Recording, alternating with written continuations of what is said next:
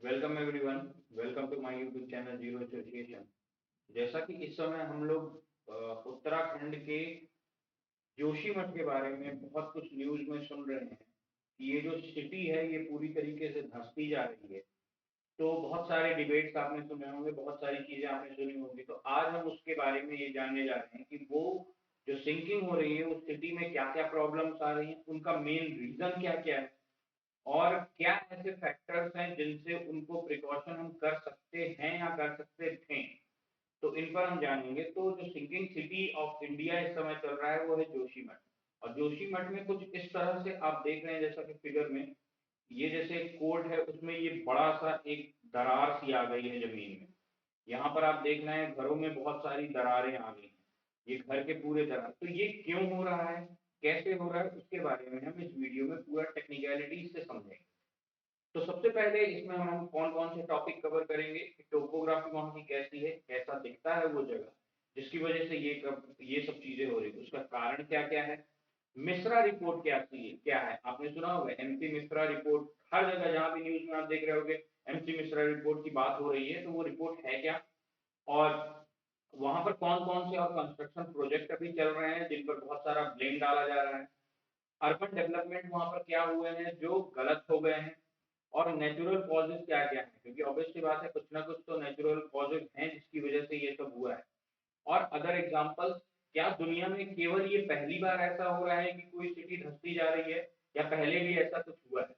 तो उसके बारे में भी हम जानेंगे। ये पहली बार नहीं है, मैं आपको बता दूं इससे पहले भी बहुत सारे ऐसे बड़े बड़ी जगहें हैं जहां पर पूरी की पूरी जमीन धंस गई है, और ऐसा नहीं थोड़ा थोड़ा, बहुत ज्यादा। आगे हम इसमें समझेंगे। तो सबसे पहले अगर हम टोपोग्राफी की वहां पर बात करें, तो वहां पर ये बोला गया है कि जो बहुत तेजी से अर्बनाइजेशन हुआ है और टेक्टोनिक फॉल्ट लाइन के ऊपर वो जमा हुआ है, उसकी वजह से ये जो जोशीमठ है ये पूरी तरीके से धंसता जा रहा है। ठीक है। और एक्सपर्ट का ये कहना है कि ये जो जोशीमठ का जो ये जो फॉल्ट हुआ है इसका जो रिजल्ट है ये कोई नेचुरल नहीं है। जबकि इसका लोगों का ये कहना है कि इसमें जो इग्नोरेंस ऑफ अर्बनाइजेशन है, मतलब इतना तेजी से आपने वहां पर घर बनाए हैं बिना किसी रोक टोक के, कुछ भी आप बनाते चले जा रहे हैं, कुछ भी आप करते चले जा रहे हैं। नैनीताल में, मसूरी में, शिमला में, धर्मशाला में, इन सब जगहों पर आप जो बड़ी बड़ी बिल्डिंग्स बना रहे हैं, उसकी वजह से इसमें सबसे ज्यादा प्रॉब्लम आ रही है। ठीक है। अगर मैं आपको एक बार जोशीमठ को गूगल अर्थ में आपको दिखाऊं कि ये है कहां पर, तो आपको काफी कुछ अच्छे से आइडिया भी लग जाएगा। तो देखिए जरा, अगर मैं यहाँ सर्च करता हूँ जोशीमठ उत्तराखंड, तो ये जगह कुछ यहाँ पर पड़ती है। ठीक है।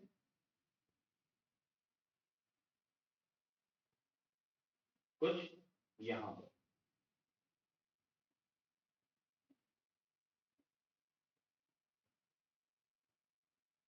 ये यहाँ पर।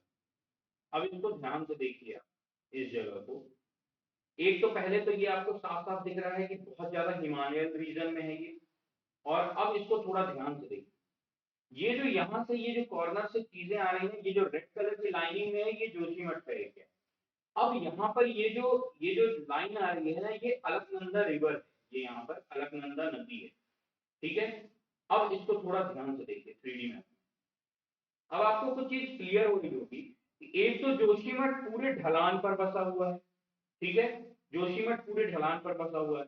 यहाँ पर ये अलकनंदा रिवर इधर से आ रही है। तो जोशीमठ जो है, ये ये जो जगह है ये पूरा जोशीमठ। अब ये पूरे ढलान पर बसा है। अब इसका जो ढलान है उसको भी आप थोड़ा ध्यान से देखिए। तो ये ढलान जो है यहाँ से कट कर, तो यहाँ पर ये जो सिटी जिस जगह पर बसी हुई है इसको थोड़ा अच्छे से आप लोग इमेजिन करिए और देखिए कुछ इस तरीके से। तो ये ढलान पर है और यहाँ पर है रिवर। अब जब रिवर बहती है, आपको भी पता है ये कटाव करती है। जब रिवर कटाव करती है तो वहां पर क्या होता है, बार बार वहां का जो लैंड है वो फ्लिप करता है, या फिर वहां की जो मिट्टी है वो कट जाती है, जिसकी वजह से ये और धंसता जा रहा है। ठीक है। तो एक बार इसको थोड़ा सा ध्यान से देख लीजिए कि ये कितना स्टीप स्लोप है। ये आप खुद यहाँ से देख सकते हैं कि कितना स्टीप स्लोप पर बसा हुआ है। और इस पर अगर आप बहुत ज्यादा अर्बनाइजेशन करेंगे तो ये नहीं। और दूसरा, हिमालय के बारे में आपने सुना होगा कि हिमालय पर्वत जो है ये यंगेस्ट माउंटेन है। मतलब आपने सुना होगा बहुत सारी जगहों पर कि हिमालय की हाइट जो है वो आज भी बढ़ रही है। ठीक है, तो हाइट बढ़ने का मतलब क्या है? हाइट बढ़ने का मतलब ये है कि जो हमने ऐसा सुना था कि इधर साइड से ये जो इंडिया वाला पोर्शन है ये आया और एशियन उस पर धक्का दिया, जिसकी वजह से वो चीज ऊपर उठी और हिमालय फॉर्म हुआ, हिमालय बना। हिमालय कैसे बना? इधर से एक चीज आई, इधर से एक चीज आई, दोनों टकराए तो हिमालय ऊपर। तो ये जो पोर्शन है ना, ये अभी भी उसको धक्का दे रहा है, वो जो उधर की धरती है उसको धक्का दे रहा है, जिसकी वजह से ये उत्तराखंड का एरिया जो है ये बहुत ही अनस्टेबल एरिया है, बहुत ही अनस्टेबल एरिया है। ठीक है, जैसा कि कश्मीर में या जम्मू में जैसी पहाड़ियां हैं ना, उनसे बिल्कुल अलग है, क्योंकि वहां की पहाड़ियां स्टेबल हो चुकी हैं, लेकिन यहाँ की पहाड़ियां अभी स्टेबल नहीं है, यहाँ पर अभी भी धक्का। इसीलिए आपने सुना होगा यहाँ पर लैंडस्लाइड बहुत ज्यादा होते हैं। क्यों? क्योंकि यहाँ पर टेक्टोनिक प्लेट्स में बहुत ज्यादा डिफरेंसेस आते रहते हैं। ठीक है, यहाँ पर आप देख सकते हो कि इधर कहीं पर है जोशीमठ, मतलब ये कितना, इसकी हाइट अगर हम देखें, देखिए कितना स्टीप स्लोप है। तो ये जो स्टीप स्लोप है, ये पूरा जोशीमठ का एरिया, ये पूरा स्टीप स्लोप पर, ठीक है, और यहाँ से अलकनंदा रिवर है, तो ये बिल्कुल भी, यहाँ से ये अलकनंदा रिवर है। अब इसकी टोपोग्राफी को आप देखिए, यहाँ से अलकनंदा और ये है जोशीमठ का एरिया।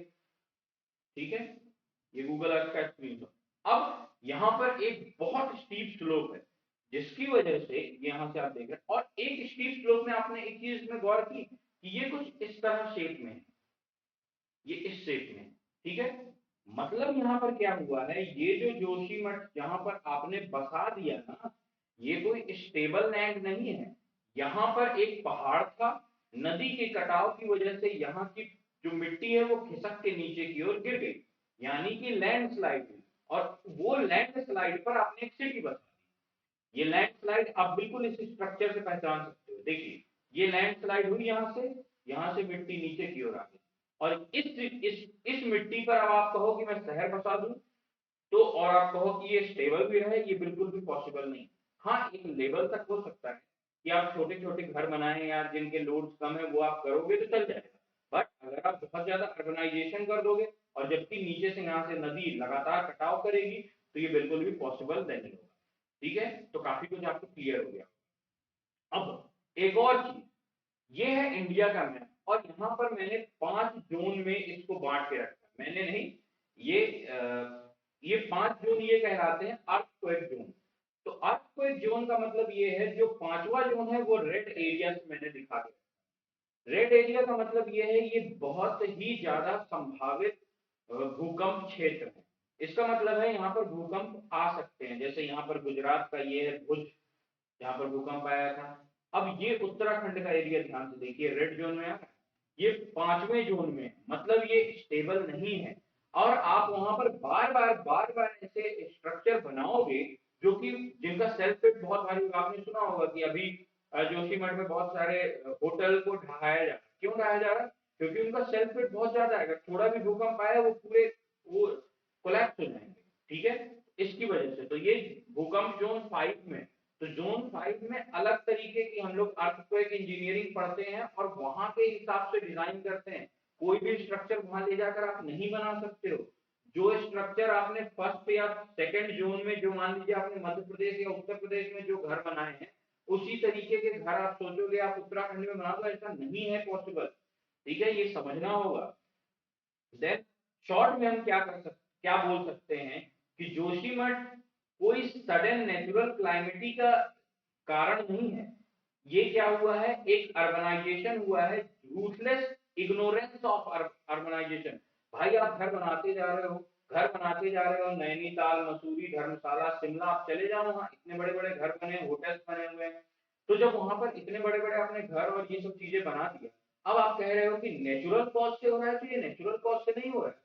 आपको नेचर ने पहले ही बता के रखा है कि भाई ये 5th जोन में है, यहाँ पर बहुत अनस्टेबल है जमीन, आप फिर भी वहां पर करोगे।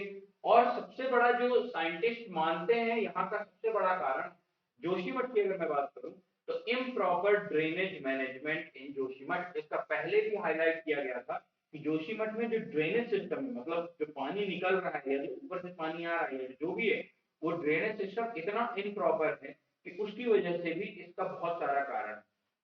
अब देखिए, जोशीमठ का जो क्राइसिस है वो ये कहा जा रहा है कि ह्यूमन ने बहुत ज्यादा इंटरफेरेंस कर दी है, माउंटेन डिस्टर्बेंस और इकोलॉजी में बहुत ज्यादा इंटरफेरेंस कर दी है। ठीक है, तो इसका मतलब ये है कि हिस्ट्री में भी इसका सिग्निफिकेंस इस साइट्स का बहुत ज्यादा रहा। अब आगे की एक्सपर्ट क्या इस बारे में बोलते हैं उसके बारे में अगर हम ये बात करें, तो एक्सपर्ट का ये कहना है कि ये कोई not a result of any sudden natural calamity. ठीक है, ये कोई भी सडन नहीं है, ये बहुत पहले से आप करते आ रहे हैं, अब आपको इसका इफेक्ट दिख रहा है तो आपको प्रॉब्लम समझ में आ रही है। अब जोशीमठ इतना इंपॉर्टेंट है क्यों, उसके बारे में भी हम जान लेते हैं। तो जोशीमठ जो है वो बद्रीनाथ और हेमकुंड साहिब के बीच का एक जगह है जो 1890 मीटर मीन सी लेवल की ऊंचाई पर है, गढ़वाल हिमालय। ठीक है, जहां की पॉपुलेशन 20,000 है और 600 से ज्यादा लोगों को अभी बोल दिया गया है कि आप लोग यहाँ से खाली करिए और चले जाए। अब जो हाईवे है NH7 जो ऋषिकेश और बद्रीनाथ को जोड़ता है चमोली डिस्ट्रिक्ट में, वो खुद सीस्मिक जोन 5 में है। मैंने अभी आपको पांचों जोन दिखाया, 1 zone, second zone, seismic zone 5, मतलब जो आपका हिमालयन रीजन है वो 5वें जोन में आता है, जो अर्थक्वेक जोन मैंने भी दिखाया। तो और क्या है, और टेक्टोनिक फॉल्ट लाइन वैकृतिका वैकृता थ्रस्ट जो है वो वहीं पर लाई करती है। तो जो ये वैकृता लाइन है, टेक्टोनिक फॉल्ट लाइन, ये वहीं पर लाई करती है जोशीमठ के एक साइड। ये मैं भी आपको बताऊंगा ये होता क्या है। ठीक है, तो अब वैकृता जो थ्रस्ट लाइन है और मेन सेंट्रल थ्रस्ट लाइन है, ये जोशीमठ के दोनों साइड, मतलब एक साइड वैकृता थ्रस्ट लाइन है और मेन सेंट्रल थ्रस्ट लाइन जो हिमालयन है वो भी एक साइड है, और पंडुकेश्वर थ्रस्ट लाइन जो है वो भी है वहीं पर। तो जो जोशीमठ है ये बहुत इंपॉर्टेंट और बहुत ही ज्यादा सेंसिबल जगह बन जाती है, क्योंकि टेक्टोनिक फॉल्ट लाइंस जो हैं वो वहीं पर है, और जो फ्रैक्चर्स हैं, जो रॉक्स के बीच में फ्रैक्चर्स है, क्योंकि आपको पता है टेक्टोनिक प्लेट्स होती हैं उनका मूवमेंट होता है, और मूवमेंट की वजह से, और जो टेक्टोनिक जो बड़ी बड़ी रॉक्स होती हैं उनके ऊपर जमीन बसे हुए हैं उसकी वजह से होती है। तो जो जोशीमठ है वो टेक्टोनिक प्लेट पर नहीं है, वो उस टेक्टोनिक दो प्लेट्स के बीच में जो फॉल्ट है वहां पर वो लाई करता है। समझ में, वो टेक्टोनिक फॉल्ट फॉल्ट लाइन पर है, इसका मतलब ये है वो बहुत ज्यादा स्टेबल जगह वैसे भी नहीं। तो थ्रस्ट लाइन क्या होती है, एक एग्जांपल से मैं आपको समझाऊं। मान लीजिए जैसे आप इधर से मिट्टी है, ये बहुत सारी मिट्टी आपके सामने पड़ी है, आप इधर से जब इसको प्रेस करते हो तो कुछ ऐसे स्ट्रक्चर बनते हैं, यहाँ पर मिट्टी सबसे ज्यादा इकट्ठा होती है और फिर कम इकट्ठा होती है, फिर अचानक से क्या होता है यहाँ से मिट्टी टूट जाती है, फिर दूसरी मिट्टी इकट्ठा होती है फिर टूट जाती है, फिर मिट्टी इकट्ठा होती है फिर टूट जाती है, फिर इकट्ठा होते होते ऊपर उठती है फिर यहाँ टूटती है। तो ये जो लाइन्स है ना, ये इसी तरीके से थ्रस्ट लाइन बनती है, क्योंकि क्या होता है इधर की रॉक जो इंडियन सब कॉन्टिनेंट है ये उधर की एशियन को धक्का दे रहा है, उसकी वजह से फॉल्ट लाइन बनती जाती है। ठीक है, तो इन्हीं को हम थ्रस्ट लाइन बोलते हैं। अब यहाँ पर जोशीमठ को अगर आप देखो तो ये है जोशीमठ। ठीक है, और ये वो लाइन यहां से जाती है, ठीक है, जिसकी मैं बात कर रहा था, वैकृता थ्रस्ट लाइन। और यहां से ये मेन सेंट्रल थ्रस्ट लाइन जाती है जो Himalayan main central thrust line है। अब आप खुद सोच के देखो कितनी पास है ये। ठीक है, इसी की वजह से जोशीमठ आप देखोगे तो ऐसे कुछ क्रैक्स आए। ठीक है, अब देखिए ध्यान से, ये है इंडिया का अगर मैं मैप देखूं तो ये है मेन हिमालयन थ्रस्ट लाइन, मतलब मेन पूरा यहीं से धक्का दिया जा रहा है। अब इसके आसपास छोटे छोटे पतले पतले क्रैक्स आ सकते हैं, उन्हीं को हमने वैकृता थ्रस्ट नाम दिया या इस तरह के, लेकिन मेन हिमालयन थ्रस्ट लाइन यहीं पर है, और इसी लाइन के आसपास ही जोशीमठ लाया करता है। तो इसका मतलब ये है कि ये बहुत ही सेंसिबल जगह है। और अगर आप भूकंप जोन 5 की बात करें ना, तो मेन हिमालयन थ्रस्ट लाइन जो है वो जोन 5 में ही आता है, सिस्मिक जोन 5 में। तो थ्रस्ट फॉल्ट कुछ ऐसे होते हैं, ये ऐसे टाइप में होते हैं। और यहाँ पर क्या है, ये वाटर जिसको हम लोग बोलते हैं एक्यूपर, एक्यूपर का मतलब होता है जो अंदर की ओर पानी भरे होते हैं, इनको हम बोलते हैं एक्यूपर। ठीक है, तो ये और ये थ्रस्ट शीट होती है। ठीक है, ये पूरी थ्रस्ट शीट है। तो ये जो फॉल्ट लाइन है ना, इसी पर जोशीमठ बसा हुआ, ठीक है। अब क्या हुआ, the hilly town is traverse the running stream Dhauliganga और अलकनंदा रिवर। तो साउथ और नॉर्थ से दोनों तरफ से धौलीगंगा और अलकनंदा इसको घेर के रखी है, मैंने अभी मैप में दिखाया। और बहुत सारी स्ट्रीम्स जो हैं, ये सारी नदियों के, इन सारी नदियों के स्ट्रीम्स जो हैं ये सेंट्रल हिमालयाज में है, जो इसको पूरी तरीके से इफेक्ट करती हैं, और वहीं से सब मिलकर धौलीगंगा और अलकनंदा में मिल जाती है। तो क्या होता है, 2021 अक्टूबर में क्या हुआ, फ्लैश फ्लड आया, फ्लैश फ्लड आया था ऋषिगंगा और धौल गंगा में आया था 2021 में। क्यों आया था, क्योंकि वहां पर ब्लॉकेज हो गया था स्ट्रीम्स का, लैंडस्लाइड की वजह से। अब एक स्ट्रीम जैसे ही बंद हुई, पीछे की ओर पानी भरना स्टार्ट हो गया, बाढ़ आ गई। तो इसकी वजह से, लैंडस्लाइड की वजह से हुआ था 2021 अक्टूबर में। अब मिश्रा रिपोर्ट क्या बोलती है, जो बहुत ही इंपॉर्टेंट रोल प्ले करती है, क्यों, क्योंकि 1976 में ही मिश्रा कमेटी, वहां के जो उस समय के गवर्नर थे, यहाँ पे कलेक्टर जिनको बोल सकते हैं डीएम थे, उन्होंने, उनकी एक कमेटी बनाई गई थी 18 लोगों की। उन्होंने एक एक उनको ये बोला गया था कि हिमालयन बॉर्डर जो है, उनके आसपास की चीजों को आप थोड़ा सा एनालिसिस करिए और बताइए एक रिपोर्ट। तो उन्होंने क्या रिपोर्ट सबमिट की, उन्होंने बोला कि the town is situated in an old landslide zone. इसका मतलब ये है कि जो टाउन है जोशीमठ, वो किस पर सिचुएटेड है, एक लैंडस्लाइड जोन पर है। मतलब पहले वो पहाड़ था, उसका लैंडस्लाइड होके मिट्टी नीचे धंस के आ गई है, उस धसकी हुई मिट्टी के ऊपर आपने शहर बसा दिया है, एंड सिंकिंग, और जो वो शहर है वो धस रहा है। 1976 में बता दिया कि शहर धस रहा है। Per the report, the scattered rock in the area are covered with the old landslide। मतलब जो भी है, जो सिटी है वो मेन रॉक पे नहीं है, बोल्डर्स पर है, ग्रेनीज रॉक है, और लूज सॉइल है। लूज मतलब भुरभुरी सी मिट्टी है, और with a lower bearing capacity. Lower bearing capacity का मतलब होता है उसके जो लोड बियरिंग कैपेसिटी है, जो झेलने की कैपेसिटी है, वो बहुत कम है उस मिट्टी की। और हाईली वेदर्ड, मतलब वेदर्ड मतलब पानी वानी पड़ रहा है, वो वेदरिंग होती जा रही है उस रॉक की। और लो कोहेसिव वैल्यू, लो कोहेसिव वैल्यू का मतलब कम कोहेसिव वैल्यू, मतलब वो उसके दो मॉलिक्यूल्स के बीच में चिपकने की क्षमता कम है। तो इसका मतलब ये है, जो Joshimath is a deposit of sand and stone. तो जोशीमठ जो है वो एक सैंड और स्टोन्स का डिपोजिट है। It is not the main rock, वो मेन रॉक पर भी नहीं है। Hence it is not suitable for the township. Vibration produced by the blasting heavy traffic will lead the disequilibrium in the natural factor। इनका क्या कहना था कि साफ साफ इसमें लिखा हुआ है, it is not suitable for the township, ये टाउनशिप के लिए बिल्कुल भी सुटेबल नहीं है। और अगर कल के दिन ब्लास्टिंग होती है या हैवी ट्रैफिक यहाँ पर आता है, तो जो मिट्टी है वो खसक सकती है, या फिर पूरा जो चिमट अभी भी वैसे भी धंस रहा है और धंस सकती है। इसीलिए मिश्रा कमेटी का आपने सुना होगा कि भाई मिश्रा कमेटी की रिपोर्ट को क्यों फॉलो नहीं किया जा रहा, क्यों, क्योंकि जब उन्होंने 1976 में ये सब चीज बता दी थी, तो आज तक आप जो गवर्नमेंट है वो क्या आंख मूंद के रखती थी, वहां पर इतने बड़े बड़े होटल बन रहे हैं या कुछ भी बन रहा है। भाई इस रिपोर्ट में जब बता दिया गया, और उन्होंने क्या बोला था कि Joshimath has been showing signs of continuous ground subsidence due to progressing anthropogenic pressure coupled with a topography being situated proximity of the major tectonic discontinuities।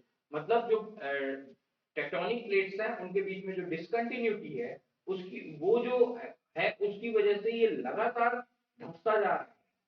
तो यही उन्होंने बोला था कि भाई यहाँ पर कुल मिला के इस रिपोर्ट ने ये बोल दिया था कि जो सिटी है वो मेन लैंड पर नहीं है, मेन रॉक पर नहीं है, और ये अभी भी धंस रही है, आगे भी धंसेगी। तो इसलिए ये टाउनशिप के लिए बिल्कुल भी अच्छी नहीं है। तो अगर कल के दिन वहां पर ब्लास्टिंग होती है या हैवी ट्रैफिक होता है, तो ये सिटी बसने लायक नहीं होगी। ठीक है। अब वहां पर कंस्ट्रक्शन प्रोजेक्ट कौन कौन चल रहे हैं, क्योंकि आपने यहाँ पर देखा उसमें साफ साफ लिखा हुआ है कि हैवी ट्रैफिक नहीं होना चाहिए, ब्लास्टिंग नहीं होना चाहिए, और वाइब्रेशन अगर प्रोड्यूस हुए तो उसकी वजह से होगी। तो कंस्ट्रक्शन में ऑब्वियस सी बात है, आप टनल खोदोगे तो ब्लास्ट करोगे, हैवी ट्रैफिक अपने आप टनल के लिए खोद रहे हो, ऐसे तो नहीं वहां पर हैवी ट्रैफिक क्या आएगा। तो इस मिश्रा कमेटी को सबसे ज्यादा इग्नोर किया गया। अब कंस्ट्रक्शन सबसे ज्यादा जो जिसे कह सकते हैं विवादों में है, ये यही है Tapovan Vishnugarh hydro electric project. ठीक है, अब ये क्या है, ये गवर्नमेंट ऑफ इंडिया और गवर्नमेंट ऑफ उत्तर प्रदेश का ज्वाइंट मिशन है, जिसको ये कहा जा रहा है 12.1 किलोमीटर का 444 megawatt run of river hydro project. Run of river hydro project का मतलब क्या है कि मान लो ये एक पहाड़ है, ठीक है, इसमें नदी इधर से बहती हुई इधर की ओर जा रही है। क्या करें अगर हम इस नदी को यहीं से, और ये नदी कुछ ऐसे आ रही थी, ये इधर से मुड़ी और इधर चली, हम ये मान लो पहाड़ है, ठीक है, अब हम क्या करें, यहां से अगर नीचे से खोद दें एक होल और नदी को इधर की ओर जाने का, तो यहाँ से होकर वो चली जाएगी, तो क्या होगा, नदी बहुत तेजी से जाएगी। जब नदी बहुत तेजी से जाएगी तो टरबाइन अगर हम बीच में लगा देंगे तो बहुत तेजी से घूमेगा, है ना टरबाइन, तो यहाँ पर बिजली हम प्रोड्यूस कर सकते हैं। तो हम क्या करेंगे, नीचे से टनल बना देंगे, वही ये यहाँ कर रहे हैं। तो इनका क्या एस्टिमेशन था कि 1665 गीगावाट पर आवर की इलेक्ट्रिसिटी प्रोड्यूस होगी, जो बहुत सारा कुछ कुछ काम कर देगी, वो सब अलग चीज है, आप पूरा पढ़ लीजिएगा। अब इनका क्या था कि 2009 में ये स्टार्ट हुआ था और जून 2023 में, मतलब अभी इसको कंप्लीट हो जाना चाहिए था, 2023 जून में ये कंप्लीट हो जाएगा, लेकिन ये जो सब कुछ हुआ ना, इसकी वजह से इसको 10 साल के लिए डिले कर दिया गया। ध्यान से देखिएगा, डिले किया गया, बंद नहीं किया गया। क्यों? क्योंकि आपको पता ही है कि इसमें बहुत सारे लोगों का पैसा लगा होगा, तो ऐसे कैसे बंद कर देंगे, है ना, नेचर की तो ऐसी तैसी कर दो, तो ये कर दिया गया। अब अब यहाँ पर बहुत सारे लोगों का ये भी कहना है कि इन्होंने कहा है कि तपोवन वाले जो प्रोजेक्ट में एनटीपीसी वाले हैं, ये कह रहे हैं कि हम इसमें टनल बोरिंग मशीन का यूज कर रहे हैं और नो ब्लास्ट, हम ब्लास्ट नहीं कर रहे हैं। लेकिन वहां के जो लोकल्स हैं उनका ये कहना है, द लोकल्स क्लेम, उनके लोकल्स का ये कहना है कि वहां पर प्लास्टिक की आवाज रात को आती है। अब इस टनल बोरिंग मशीन जो है इसकी भी बात कर लेते हैं। ठीक है, ये क्या करती है, ऐसे ऐसे गोल गोल घूमती है और अंदर होल करते हुए अंदर चली जाती है और चीजों को निकाल देती है। अब इसका एक और कहानी सुन लीजिए। टनल बोरिंग मशीन ने एक बार क्या किया था कि ऐसे ही घुसते, अब क्या है, टनल बोरिंग मशीन कहीं से लाए, हम यहाँ पर लगा दी, टनल बोरिंग मशीन क्या है, नीचे की ओर करती चली जाती है। अब मैंने आपको क्या बताया, अंदर होते हैं एक्यूपर्स। एक्यूपर्स का मतलब रॉक्स के अंदर होता है पानी भरा होता है। अब पानी भरा है, पानी क्या होता है, वाटर इज इनकम्प्रेसिबल मटेरियल, मतलब पानी को दबाया नहीं जा सकता, और इसी ना दबाए जाने की वजह से हाइड्रोलिक सिस्टम जो होते हैं वो यही तो काम करते हैं कि इधर हमने वहां पर लिक्विड भर दिया, इधर से दबाया इधर उठ गया, इधर दबाया इधर उठ गया, यही तो होता है हाइड्रोलिक।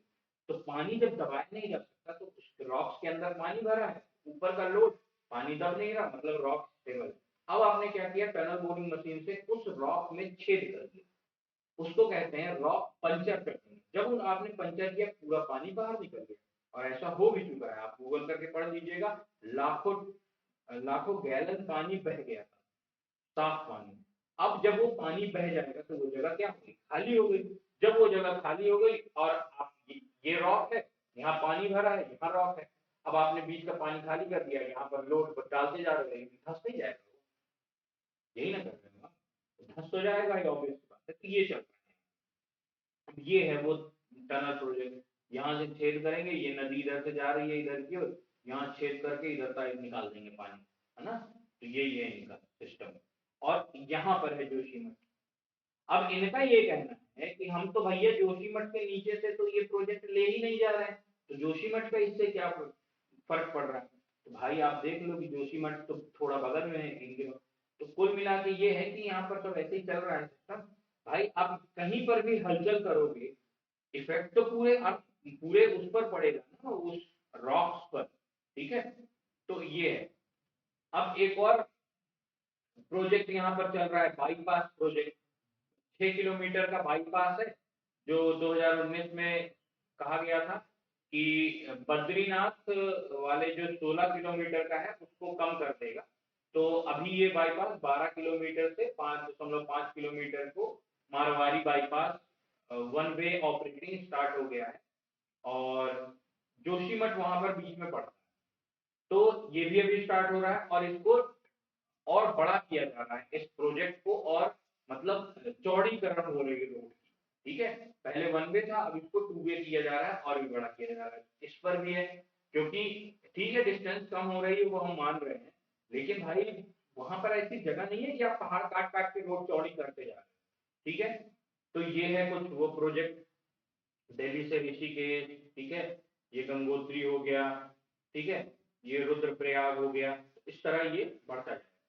देन बद्रीनाथ हाईवे, चार धाम प्रोजेक्ट। चार धाम प्रोजेक्ट आपने सुना होगा, ड्रीम प्रोजेक्ट है। ठीक है, 900 किलोमीटर की रोड का अनाउंसमेंट किया गया है। ठीक है, 12,000 करोड़ इसमें ड्रीम प्रोजेक्ट है। ये भी बहुत विवादित प्रोजेक्ट है कि चारों तरफ का, और highly sensitive zone with fragile ecosystem mentioned in the Mishra committee. Mishra committee में ये बोला गया था कि यहाँ पर ये सब कुछ भी नहीं करना है, फिर भी यहाँ पर ये सब चीजें की जाती हैं।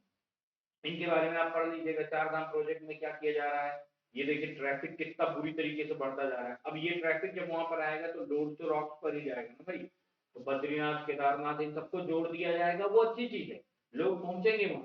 और यहाँ पर है जोशीमठ, आपने यहाँ यहाँ यहाँ पूरे रॉक्स पर फैला दिया, तो मतलब ठीक है लोग पहुंचेंगे, लेकिन एक लिमिट रखिए, जब चीजों को साइंटिफिकली सॉल्व करिए। चार धाम रेलवे टनल प्रोजेक्ट भी वहां पर बनाए दे रहे हैं कि भाई रेलवे भी हम बनाएंगे वहां पर, है ना। तो रेलवे जब चलेगी, अब सुनिए ध्यान से, 125 किलोमीटर का ये सब चल प्रोजेक्ट बनेगा, जिसमें 17 टनल खोदना है। ठीक है, 35 ब्रिज बनना है। ठीक है, और अगले 10 साल में 66 टनल खोदेंगे उत्तराखंड में, जिसमें से 18 टनल खुलेंगे। तो जब ये 18 टनल खुलेंगी, होल होगा, ड्रिलिंग होगी, ब्लास्टिंग होगी, तो टेरेन में, हिमालयन टेरेन में क्यों नहीं भूकंप आएगा, बार बार क्यों चीजों को आप छेड़ोगे, तो वो सब चीजें तो होंगी ही ना। देखो ये है चार धाम प्रोजेक्ट। अब ये है मशीन वो वाली, ये जो होल करती है, ये पूरा ऐसे होल करते करते करते करते अंदर घुसती चली जाती है। ठीक है, तो ये हाल है। और अभी आपने सुना भी होगा कि पिछले साल वहां पर एक प्रोजेक्ट में अंदर 600 600 या 60 मजदूर वहां पर फंस गए थे और उनकी डेथ हो गई। ये एक्यूफर पंचर कर दिया था उन्होंने, अंदर की ओर पानी भर गया था, सब जाम हो गया था। ऋषि गंगा हाइडल प्रोजेक्ट, ठीक है, ऋषि गंगा हाइडल प्रोजेक्ट भी है। यहाँ पर भी पानी से वही ऋषि गंगा रिवर को प्लान किया जा रहा है कि उसको और इस प्रोजेक्ट की वजह से पता क्या हो रहा है क्लाइमेट में, कि average temperature of the north west Himalayan has by 0.66 degree Celsius since 1991। 1991 से आज तक ये इतना बढ़ गया। अब ध्यान से सुनो, मुद्दे की बात क्या है, increase much higher than the global average. जो पूरी दुनिया का टेम्परेचर बढ़ रहा है, उससे भी ये ज्यादा टेम्परेचर है, नॉर्थन वेस्टर्न हिमालयाज का टेम्परेचर बढ़ गया है इन सब चीजों की वजह से। ठीक है, ये है वो प्रोजेक्ट जहां पर ये सब काम चल रहा है। और देखो किस हिसाब से जब वो नदी वो सब तोड़ के निकलती है तब क्या हाल होते हैं। अब अर्बन डेवलपमेंट वहां पर क्या हो रहा है, अर्बन डेवलपमेंट ये हो रहा है कि वहां पर बद्रीनाथ और हेमकुंड साहिब में आप पॉपुलेशन बढ़ता जा रहा है, लोग वहां पर रुकते जा रहे हैं बहुत सारे। ठीक है, जिसकी वजह से सेटलमेंट रॉक्स हो रही है, नेचुरल टेरेन जो है उनको बार बार डिस्टर्ब किया जा रहा है। तपोवन, विष्णुगढ़ हाइडल प्रोजेक्ट बनाए जा रहे हैं, चार धाम प्रोजेक्ट बनाए जा रहे हैं, ये सब कुछ वहां पर हो रहा है। और आपको पता है कि ये सब आप कहाँ कर रहे हो, जोन 5 में कर रहे हो। ठीक है, और ऑब्वियस की बात है, एक तो स्लोपी टेरेन है वहां पर, सब कुछ इधर उधर हुआ, और आप जोन 5 में इतना छेड़छाड़ कर रहे हो। ठीक है, अब अर्बनाइजेशन आप देख लो, 2012, 2014, 2017, 2018, 2021, 2022, ये नीचे मैप आ रहा है बार बार। जोशीमठ, जोशीमठ जो था 1890 में कुछ ऐसा, ठीक है, और अब कुछ ऐसा, इतना सारे घर बन गए, इतने सारा लोड आ रहा है उसके ऊपर, क्या हाल होगा। ठीक है। अब नेचुरल कॉजेज क्या क्या है, नेचुरल कॉजेज के बारे में भी जान सकते हैं कि नेचुरल कॉजेज में क्या है कि धौलीगंगा जो रिवर है वो नीचे से जा रही है और अलकनंदा रिवर भी जा रही है, तो वो क्या कर रही है, नीचे से कटाव करती है। ठीक है, तो जिसकी वजह से फ्लड व्लड आते रहते हैं और लैंडस्लाइड भी होता रहता है। ठीक है, क्योंकि वो नीचे से काट देती है, उसकी जो करंट होती है उनकी वजह से काट।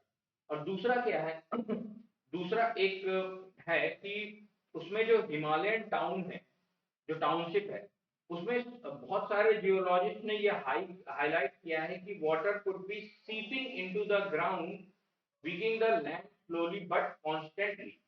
जो वाटर है, जो पानी है, वो सिप सिप के बाहर, जो धीरे धीरे सीपेज कर रहा है, लेकिन धीरे धीरे कर रहा है लेकिन कर रहा है। ठीक है, और जो जोशीमठ का जो ड्रेनेज सिस्टम है वो बहुत खराब है। ठीक है, इसकी वजह से भी दिक्कतें आ रही हैं। ठीक है, तो ये सारी चीजें हो रही। देन कंक्लूजन हम क्या क्या निकाल सकते हैं, कंक्लूजन में हम ये बोल सकते हैं कि जो हमारे पास मशीन्स हैं जिनका हम यूज कर रहे हैं, आप बोल रहे हैं हम बोरिंग मशीन से यूज करेंगे, लेकिन आप ये बताओ कि जो बोरिंग मशीन आप जो यूज कर रहे हो वो जोन 1 में भी उसी का यूज कर रहे हो, जोन 5 में भी उसी का यूज कर रहे हो, तो क्या वो मशीन मशीन से भी तो फर्क पड़ता है ना।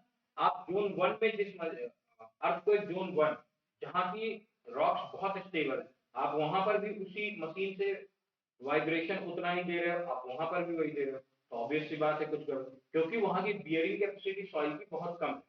ठीक है, ड्रिलिंग की वजह से आप पंचर कर दे रहे हो एक्वीफर्स, पानी पूरा बह जा रहा है, जिसकी वजह से लैंड धंस जा रही है। जोशीमठ का स्लोप है वो बहुत ज्यादा है।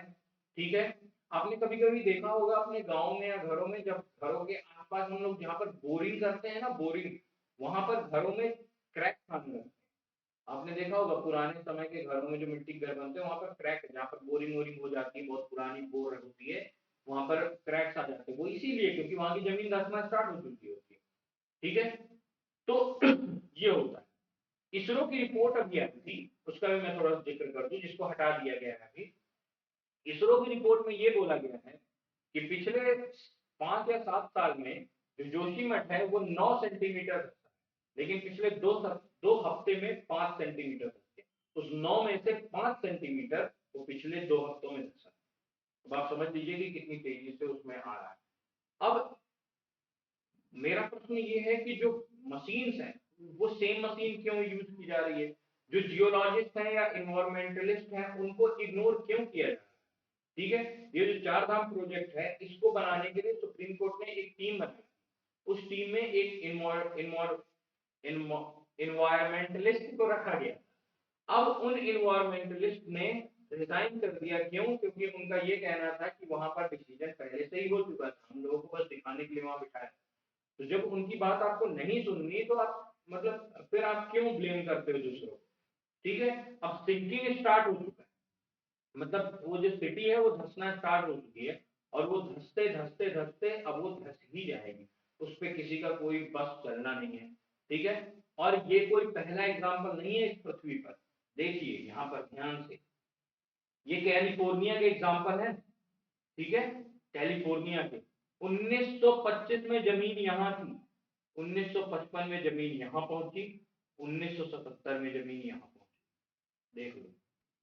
1988 में जमीन यहाँ थी, 2004 में यहाँ, 2008 में यहाँ, 2013 में यहाँ, और 2022 में अब कहीं और।